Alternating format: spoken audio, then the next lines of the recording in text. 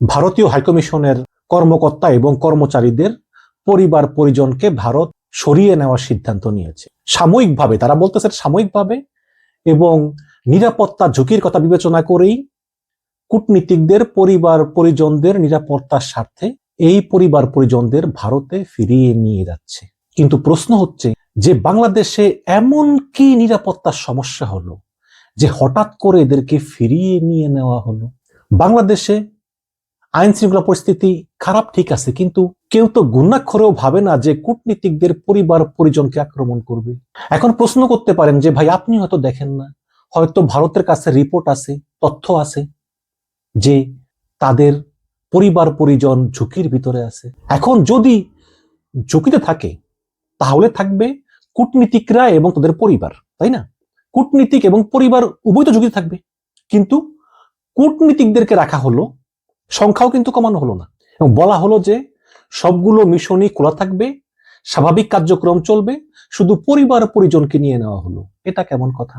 তাহলে যদি নিরাপত্তা হুমকি থাকে তাহলে কূটনীতিকদের থাকবে না, তার পরিবারদের থাকবে শুধু। এবং যেই পাকিস্তানের সঙ্গে ভারতের চিরশত্রুতা, সেই পাকিস্তানেও তো ভারতীয় কূটনীতিকরা পরিবার পরিজন নিয়ে বাস করে।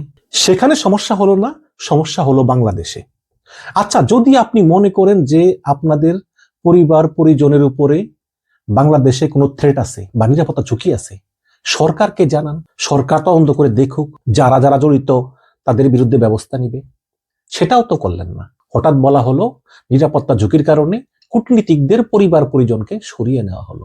দেখুন, আপনি যদি সেই 5ই আগস্ট শেখ হাসিনা পালিয়ে যাওয়ার পর থেকে আপনি দেখেন ক্রমাগত গুজব, মিথ্যা মিথ্যা হিন্দু নির্যাতনের তথ্য, হিন্দু নির্যাতন হয় না আমি তা বলবো না, কিন্তু যা হয়েছে তার 100 গুণ বেশি বাড়ানো, ভুয়া তথ্য দেওয়া এবং ক্রমাগত প্রোপাগান্ডা ছড়ানো বিভিন্নভাবে, যাতে আমরা ভারত রপ্তানি করতে না পারি এজন্য পরোক্ষ নিষেধাজ্ঞা দেওয়া, তারপরে অনবরত তুচ্ছ তাচ্ছিল্য, তারপরে ভারতীয় মুসলমানদেরকে সীমান্তে পুশিন করা বাংলাদেশি পরিচয়, এরকম নানা কাহিনীগুলো করতেছে।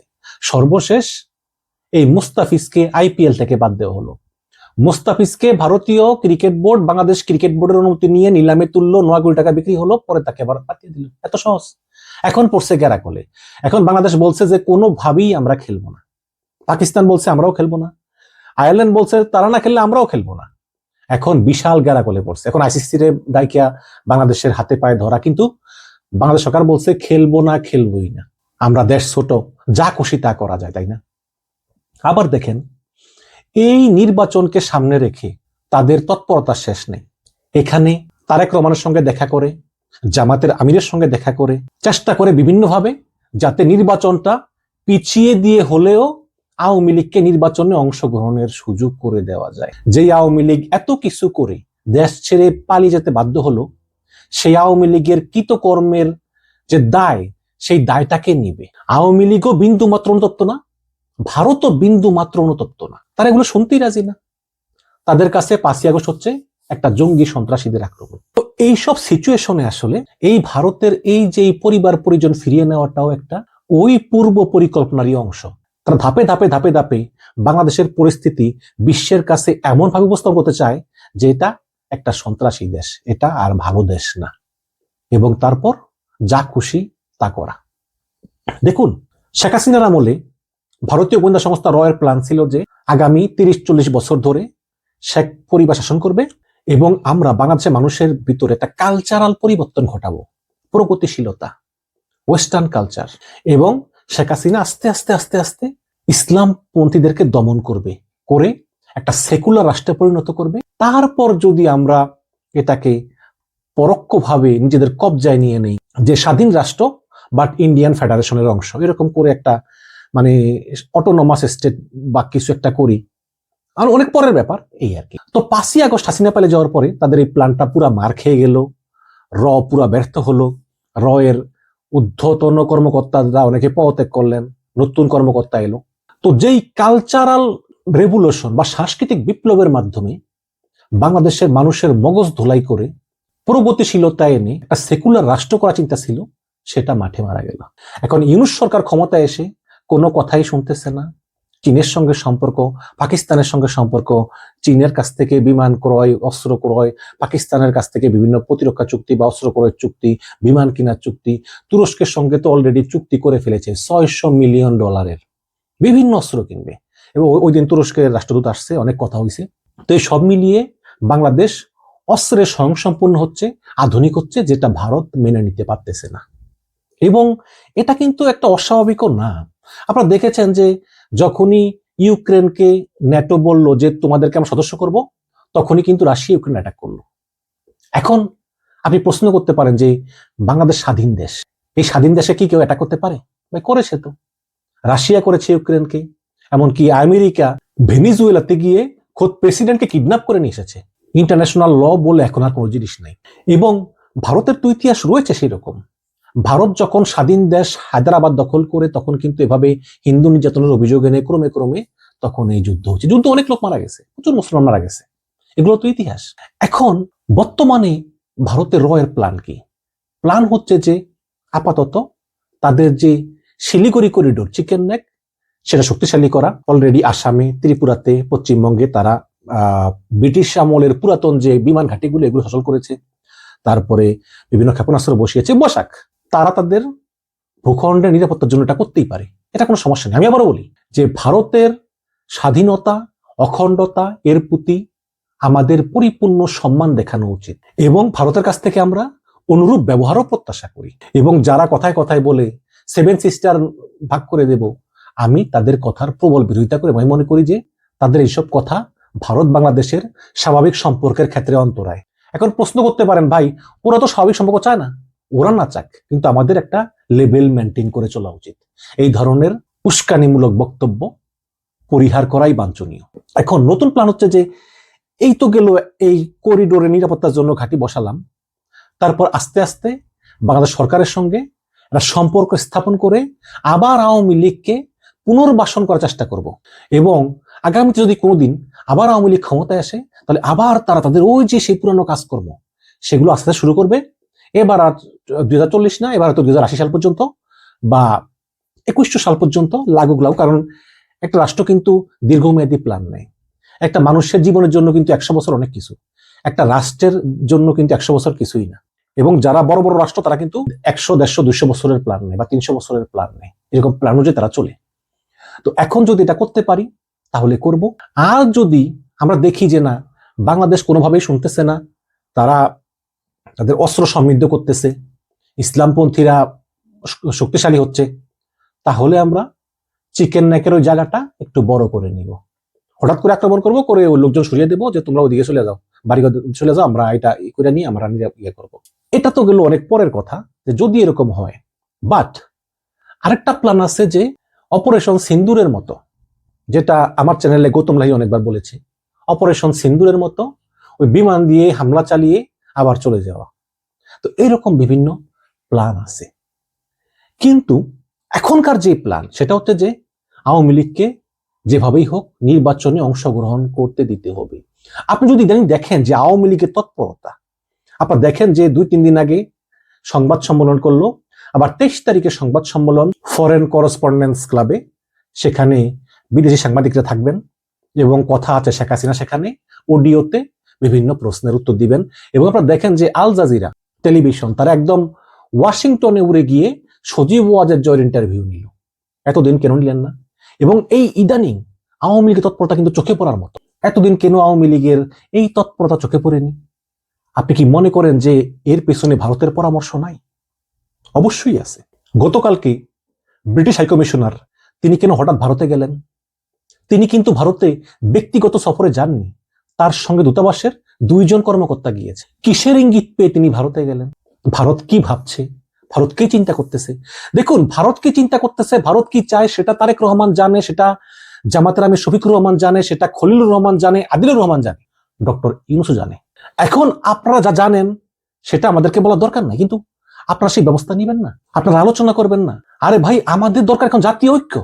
আজকে দেখলাম ঢাকাতে জামাত বিএনপি পুরো মারামারি, কঠিন মারামারি চলতেছে। আমরা চেয়েছিলাম 5ই আগস্টের পরে যে জামাত বিএনপির রাজনৈতিক প্রতিপক্ষ হবে, কিন্তু শত্রু হবে না।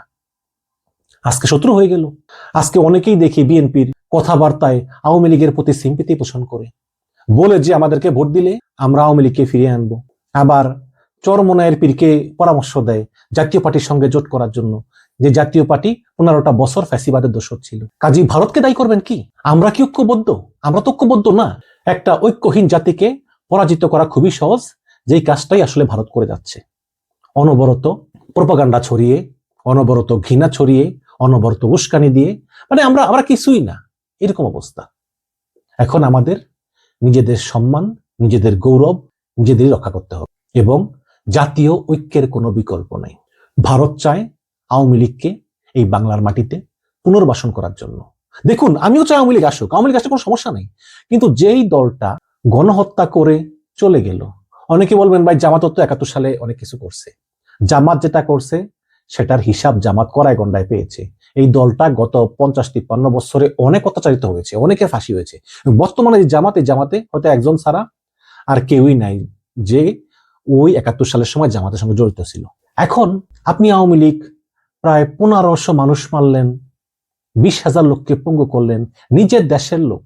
আবার বলে যে উপদেষ্টা সাকওয়াত নাকি বলেছে যে এই সমস্ত অস্ত্র পুলিশ ব্যবহার করে না, তাহলে সেই অস্ত্র আসলো কোত্থেকে বলে আওয়ামী লীগ। বাস্তবতা হচ্ছে উপদেষ্টা সাকওয়াত বলেছেন যে এই ধরনের অস্ত্র পুলিশের কাছে থাকার কথা না, কিন্তু বাস্তবে তো ছিল।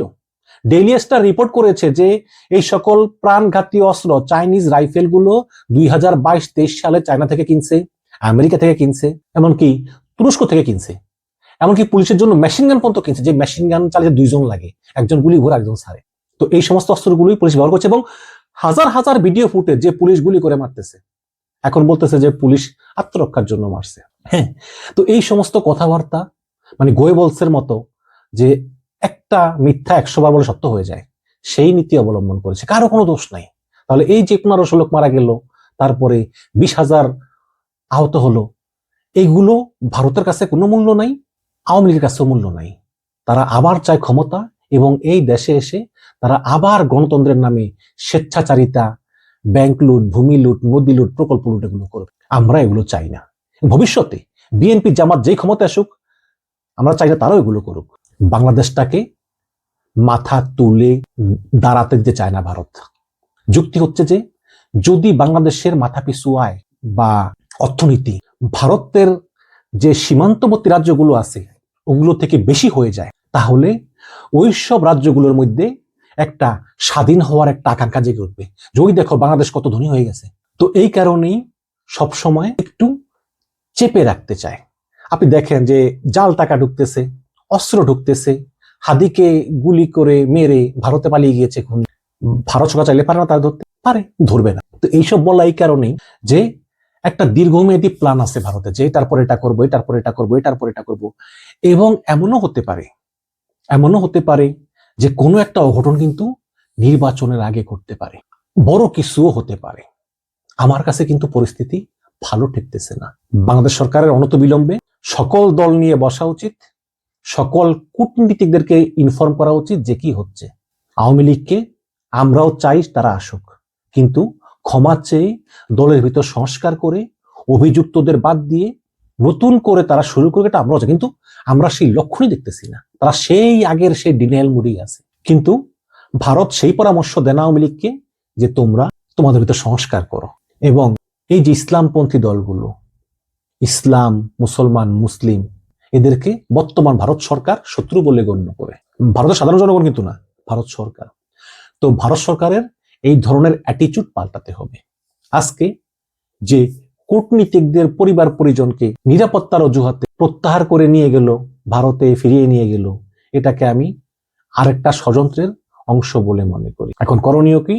করণীয় 2।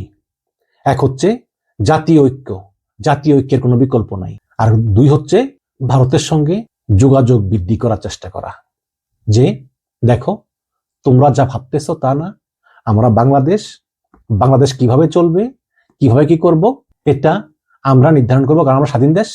কিন্তু একটা বিষয় বলতে পারি যে বাংলাদেশ তোমাদের নিরাপত্তার জন্য হুমকি হবে না, তোমাদের বর্ডারের জন্য হুমকি হবে না, তোমাদের সার্বভৌমত্বের জন্য হুমকি হবে না। এবং যদি এরকম কিছু ঘটে তাহলে আমরা পরিপূর্ণ সহযোগিতা করব, গোয়েন্দা তথ্য বিনিময় করব, প্রতিবেশী দেশ, সুসম্পর্ক থাকবে আমাদের।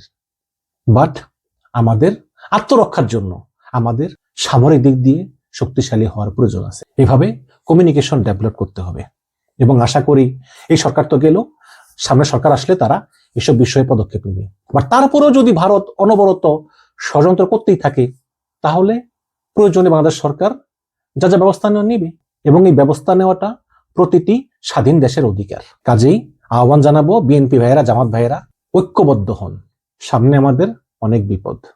ধন্যবাদ।